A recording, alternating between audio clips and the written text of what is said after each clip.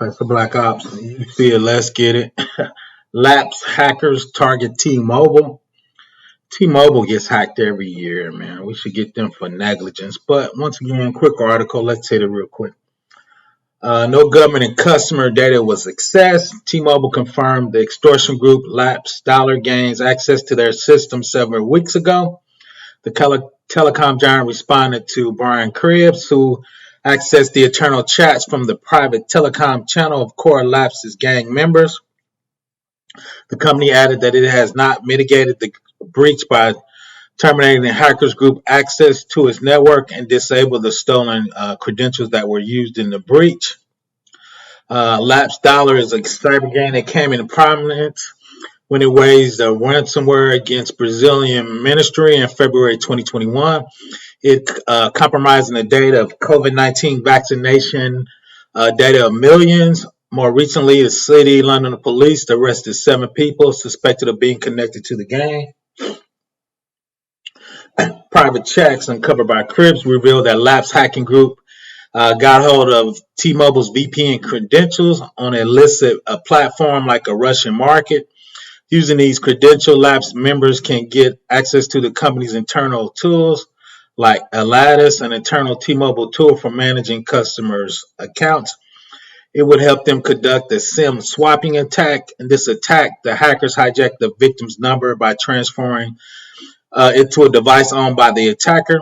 This enabled the hackers to obtain sensitive information, such as messages sent to it for multi-factor authentication. After gaining access to Atlas, hackers also attempted to compromise T-Mobile accounts associated with the FBI, the Department of Defense, but were unsuccessful as an additional verification method was linked to these accounts.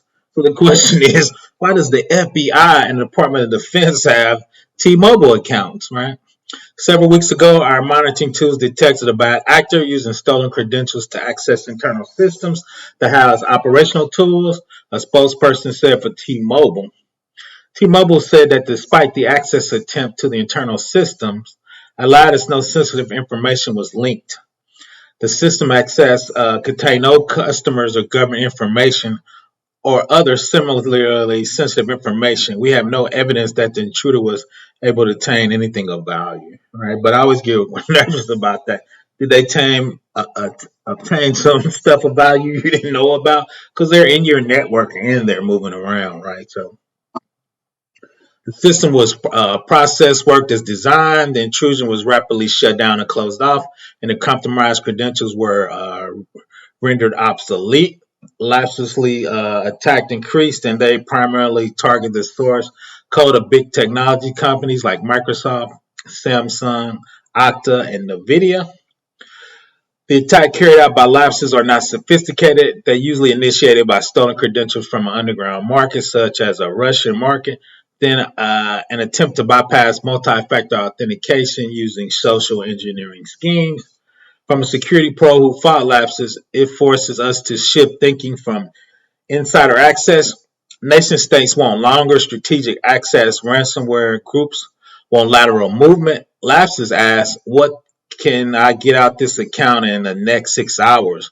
We aren't optimized to defend that, Brian Krebs say. So long story short is, when hackers get on you, they're usually on your network for at least a year, right? Lapsus is trying to get in and get out. 6 hours, they're going to get in and get out. Like you said, most cybersecurity shops aren't set up for that, right?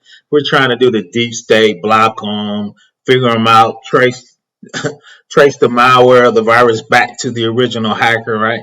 We're not talking about defending stuff for 6 hours, right? That's a different game, right? Organizations should gear up to protect from groups like Lapsus. With these unconventional techniques used by Lapsus to target major organizations can emulate by others group too. Insider threat is brought into limelight by Lapsus and forces the organization to ponder the real challenge it poses. Threats like Lapsus won't go away. There's a lot of money to be made and hacker clout to be gained, senior security researcher said. That's why I said, I'm sorry, T-Mobile sucks. Several attacks on T-Mobile over the years. T-Mobile suffered 6 different breaches since 2018. A leaky API caused a data breach of 2.3 million records. One year later, in 2019, was 1.26 million prepaids were affected by a breach. In August 22, T-Mobile suffered another data breach where more than 40 million customers' data was stolen. The accounts belonged to former and prospective customers who applied for credit with the company. The records for the companies were up for sale in the same year. The breach included personal identifiable information such as social security number, phone number, and security PIN. Once again, I'll put the article in the description. Article on T-Mobile, they still suck. Professor Black Ops, please subscribe.